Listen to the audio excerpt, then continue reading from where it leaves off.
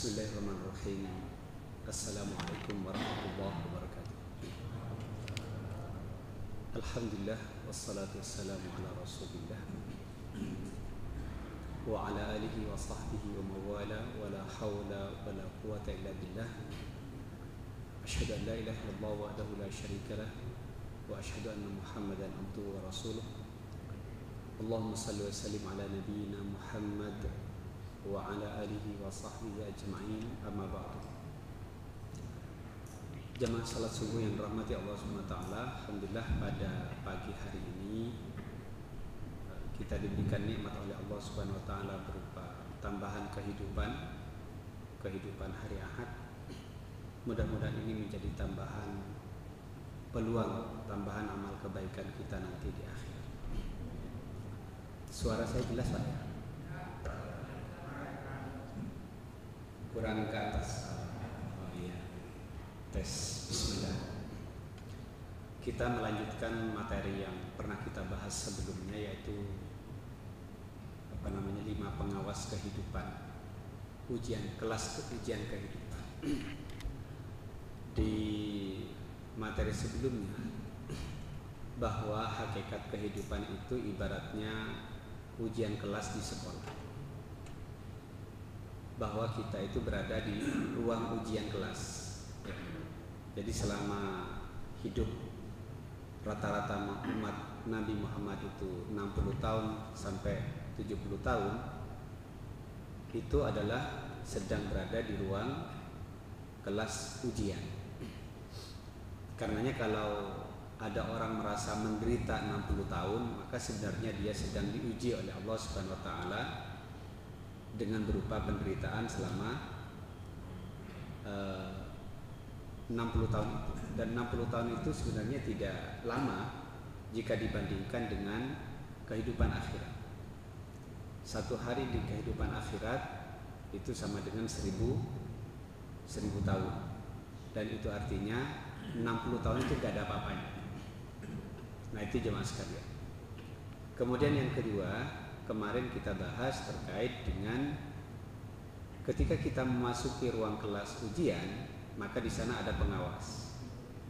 Nah, kalau di kelas ujian sekolah biasanya pengawasnya 1 atau 2. Kalau di ruang kelas ujian kehidupan, selama kita hidup di dunia ini, berapa kemarin pengawasnya? Ada 5 ya. Yang pertama adalah CCTV-nya malaikat. Ma yalfidhu min qaulin illa ladaihi raqibun atid. Tidaklah setiap ucapan yang diucapkan oleh manusia berupa ucapan gitu ya, kecuali ladaihi baginya raqibun CCTV yang mengawasi, atid yang mencatat. Ada yang pengawas, ada yang mencatat. Kita sering menyebutnya malaikat raqib dan atid gitu ya. Jadi ada pengawas yang pertama. Yang kedua, pengawasnya adalah siapa Pak? Nah, wa ajsamuhum tashhadu alaihi.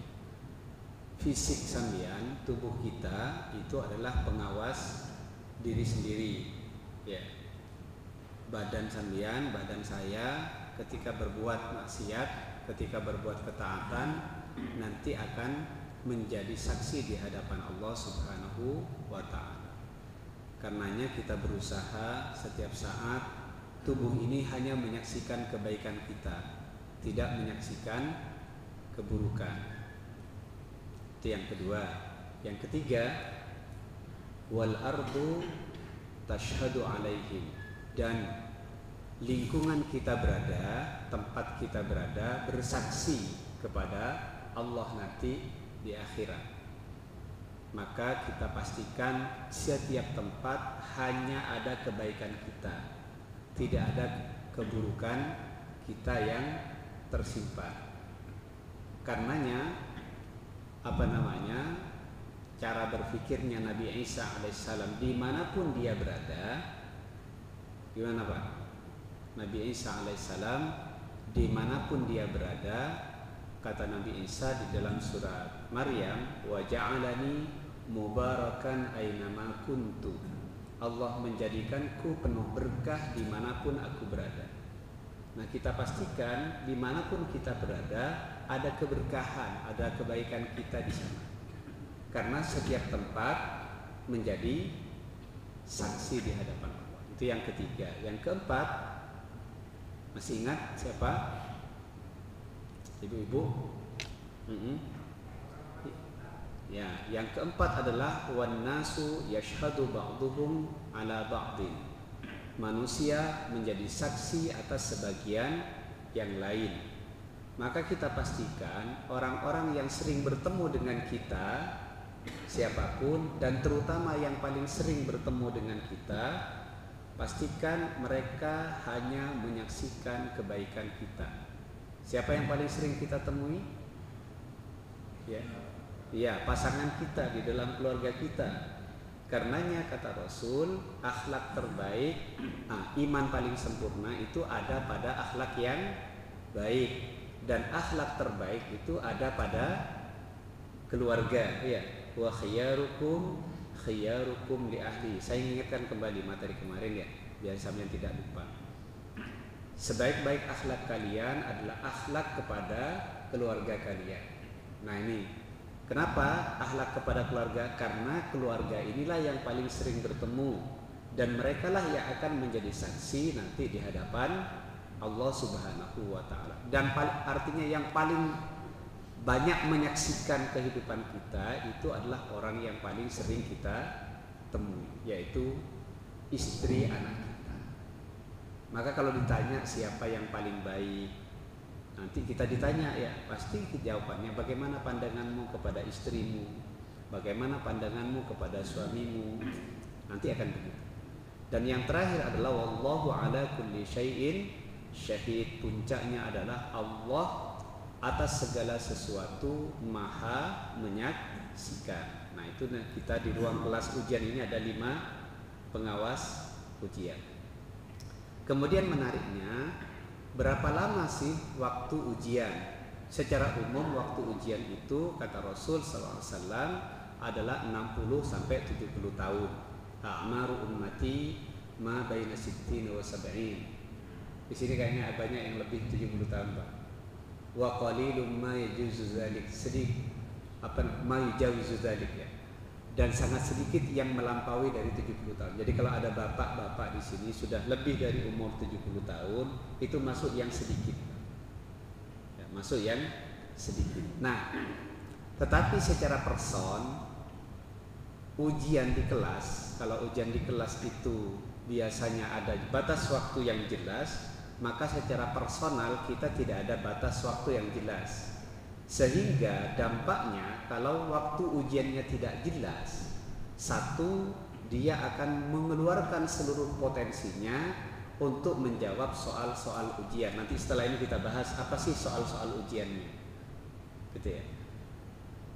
Dia akan berupaya terus mengeluarkan seluruh potensinya untuk menjawab soal ujian. Yang kedua, dia tidak akan menyia-nyiakan waktunya. Nah, sekarang begini Pak, ada ilustrasi menarik. Kalau misalnya batas waktu itu tidak jelas, pilih mana Pak? Ada kode dari malaikat, ada kode bahwa sebentar lagi waktumu habis, atau kertas ujiannya itu diambil secara mendadak. Enak yang mana? Dikasih kode dulu atau diambil secara mendadak? Kodenya nggak enak Pak.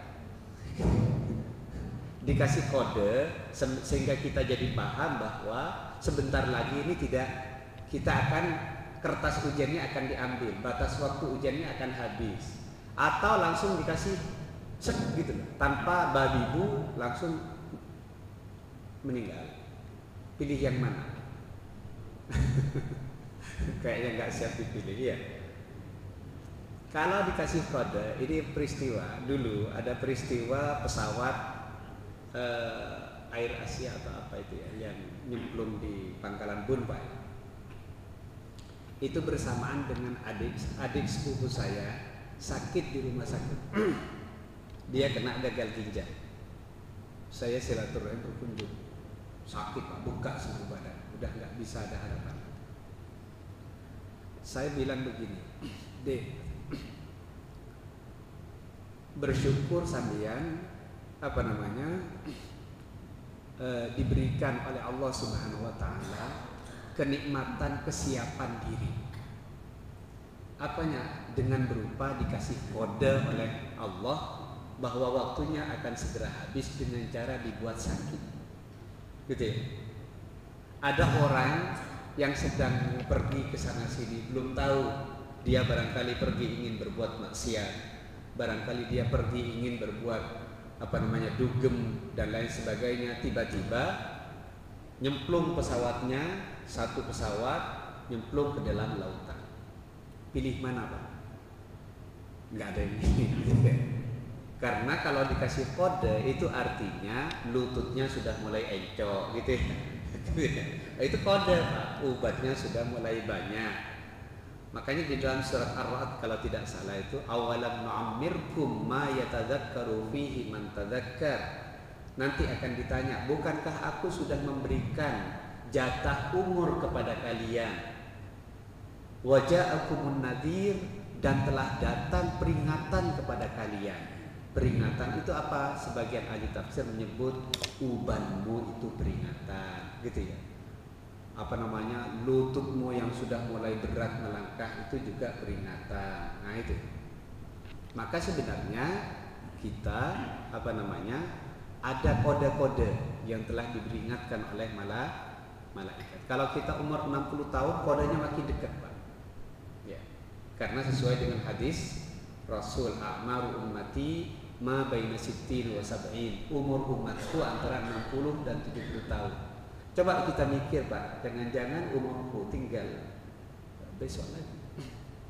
Saya kemarin, Pak, ada tamu dari Ambon nemui saya. Dia datang ke Surabaya minta ketemu saya. Saya punya program, dia punya lembaga pendidikan di Ambon. Saya punya program Internasional Arabik, belajar bahasa Arab ke Yordan dan napak tilas sejarah Islam selama sebulan. Nah, dan beliau biasanya kerjasama dengan lembaga pendidikan untuk siswanya dikirim ke sana, kemudian juga napak tilas sejarah dan umroh gitu. Nah, beliau datang menemui saya untuk minta penjelasan itu. Kemudian, saya tanya, berarti Bapak ini menangi atau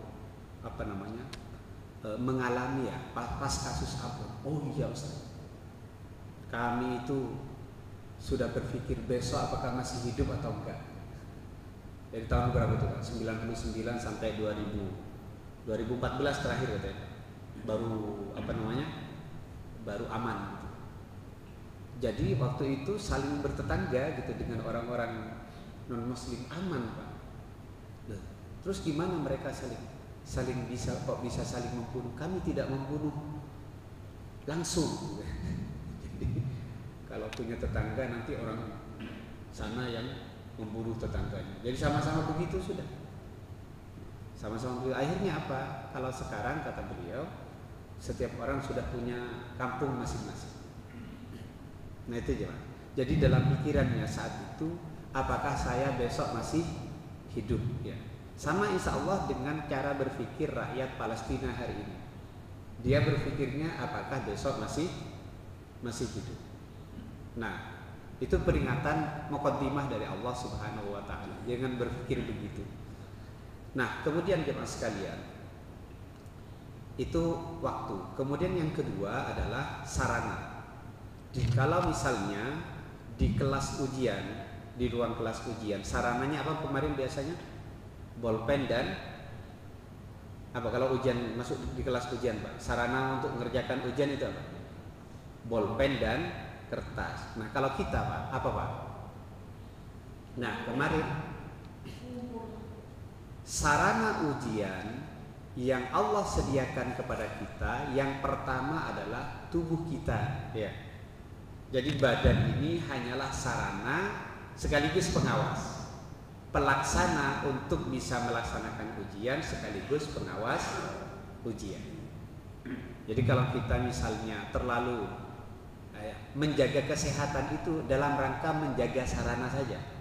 Seperti kita menjaga mobil kita supaya tidak gampang mogok gitu ya, dirawat, dilus setiap hari gitu ya, supaya enak dibawa jalan-jalan kemana-mana. Maka tubuh kita itu dijaga kesehatannya, olahraga atau lain sebagainya itu supaya sehat. Kenapa sehat? Supaya bisa beraktivitas kebaikan. Liyabluwakum ayyukum ahsanu amala. Aku kasih kamu sehat hidup untuk diuji siapa di antara kalian yang paling baik amalnya dengan kesehatan yang telah Allah berikan. Saya kemarin dapat inspirasi bagus. Sehat itu ada dua. Ada sehat berpahala, ada sehat bugar. Ada sehat berpahala, ada sehat bugar. Ini inspirasi dari ustaz saya. Beliau nyebut, saya punya ustaz namanya Ustaz Ma'ruf Abdul Jalil. Beliau orangnya penerjemah dan jarang olahraga, tapi jarang sakit.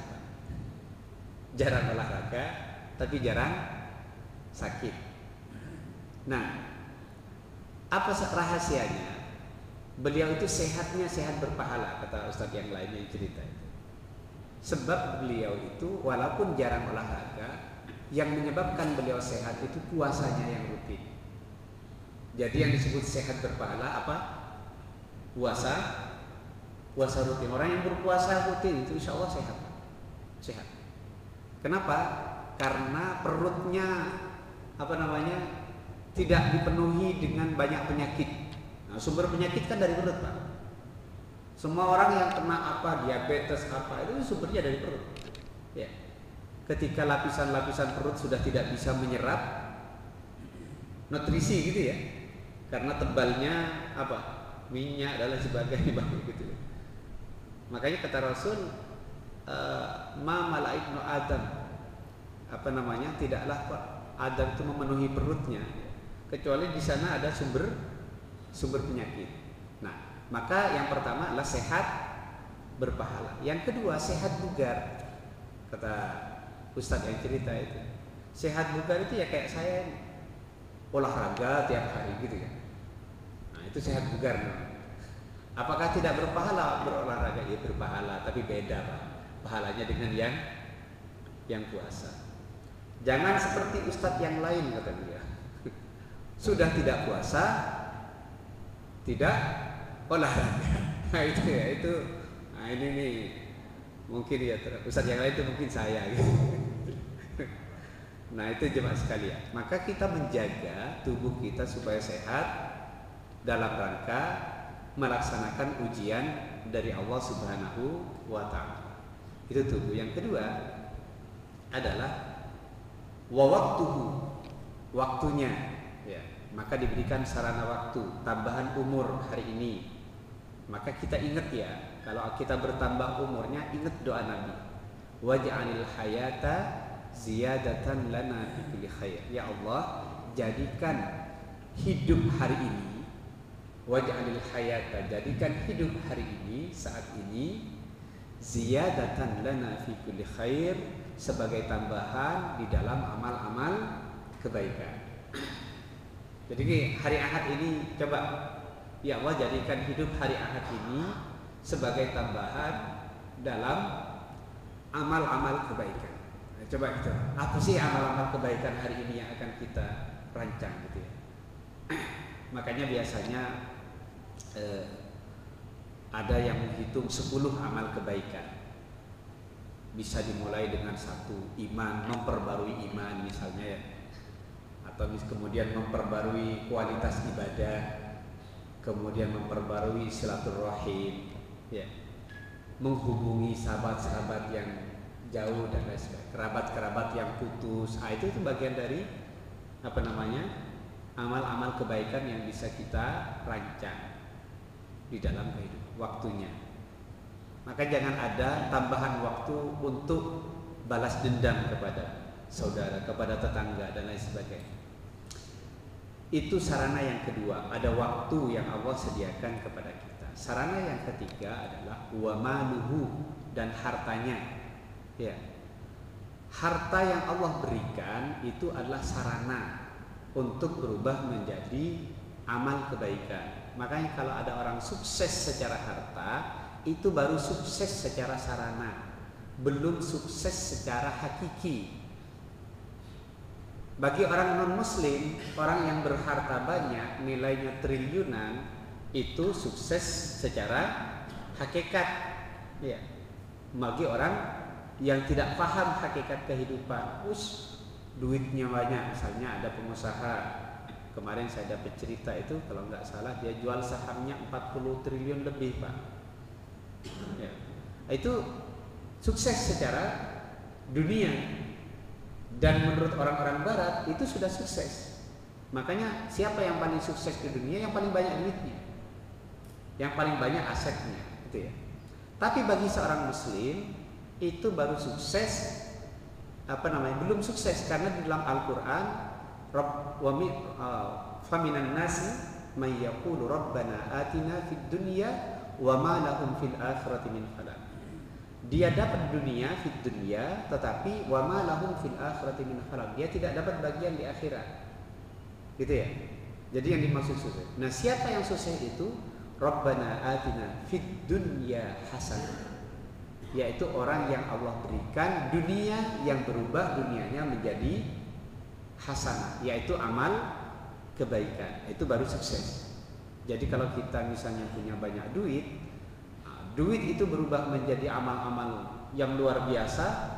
Misalnya sekarang banyak kekeringan misalnya, lalu dia datangi daerah-daerah yang kering gitu, dia borkan sumur, itu luar biasa.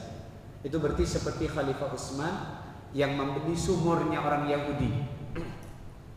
Sumurnya orang Yahudi itu dibeli sehari, akhirnya karena nggak mau dijual semuanya oleh orang Yahudi, dijual separuh. Sehari punya Utsman, sehari punya Yahudi. Karenanya oleh Khalifah Utsman sehari itu digratiskan, Pak. Awalnya semuanya beli ke orang Yahudi, tapi karena seharinya digratiskan, harinya hari Utsman itu penuh, Pak. Harinya Yahudi gak ada orang, akhirnya dijual semuanya sama orang Yahudi. Makanya sumurnya akhirnya menjadi sumurnya Khalifah Utsman bin Affan. Nah, kita punya sumur gak? Gitu. Saya, Pak, kalau tahu daerah-daerah kekeringan itu, Masya Allah, itu untuk mencari air luar biasa, sampai berkilo-kilo mencari air. Nah, kalau sampai bisa punya duit begitu itu terus, itu kayak pengusaha di Saudi itu ke Afrika, Pak. Ribuan bor sumur itu digali. Jemaah sekalian dirahmati Allah, karena itu namanya harta yang berubah menjadi hasanah. Nah, orang yang Allah lebihkan, mudahkan, ada cara berbagai kelebihan yang Allah berikan kepada kita. Ada yang dilebihkan dalam mencari harta, gampang sekali cari harta gitu ya. Tapi ada yang dilebihkan dalam berbuat kebaikan tanpa harta. Ada yang dimudahkan ibadah kepada Allah tanpa banyak hartanya. Adalah sebagainya. Ada yang anaknya disoleh dan solehahkan gitu, hartanya enggak banyak. Dan lain sebagainya. Rezekinya orang beda-beda. Ada rezeki harta, ada rezeki anak, ada rezeki keluarga, dan lain sebagainya. Ada yang hartanya banyak, keluarganya hancur. Nah, itu yang kedua, harta. Wa ilmuhu, dan ilmunya. Wa kullu ma utiya min taqatin wa qudrat, dan setiap potensi yang Allah berikan kepada kita. Nah, ini pembahasan kita yang kemarin. Nah, kita masuk sekarang ke apa materi soal-soal ujiannya, ya. Soal-soal ujiannya. Sudah pernah, Pak? Belum ya? Saya khawatir sudah. Soal-soal yang pertama adalah al-awamir wal faraid allati talaballahu an tuj'al. Jadi soal yang pertama yang Allah berikan kepada kita adalah perintah-perintah Allah, fardu-fardu, wajib-wajib yang Allah minta kepada kita untuk dikerjakan. Al-awamir wal faraid allati talaballahu an tuf'al, yaitu perintah-perintah. Jadi soalnya adalah perintah. Maka kita kalau mengerjakan segala sesuatu landasannya perintah Allah, itu enteng hidup, Pak. Enteng sekali. Orang yang landasannya karena perintah Allah dalam beramal segala sesuatu itu nggak mudah dikecewakan orang. Nggak mudah, Pak. Mau orang berbuat jahat kayak apapun itu enteng, santai. Apa sebabnya? landasan amalnya karena perintah Allah. Nah, contoh Pak, misalnya sampean sudah membaiki orang gitu ya tiap hari, ya, disedekah. Perintah itu ada 3. Perintah itu bisa wajib, bisa turun kepada sunnah, bisa turun kepada mubah. Boleh. Ada nggak perintah Allah yang turun, yang hukumnya jadi boleh, nggak wajib gitu? Ada Pak. Misalnya dalam Al-Quran Allah berfirman, kulu washrabu wa la tusrifu. Kulu washrabu, makan dan minumlah. Nah, makan dan minumlah itu perintah Allah. Nah, apakah perintah Allah ini berhukum wajib? Kalau wajib berarti meninggalkan makan dan minum dosa, kan gitu. Apakah kalau sambian tidak makan dan minum hari ini dosa? Enggak kan? Apakah kalau sambian makan hari ini berpahala? Belum tentu, gitu ya. Belum tentu. Artinya perintah Allah berupa tidak setiap perintah Allah itu hukumnya wajib. Ada yang wajib, ada yang sunnah, ada yang mubah.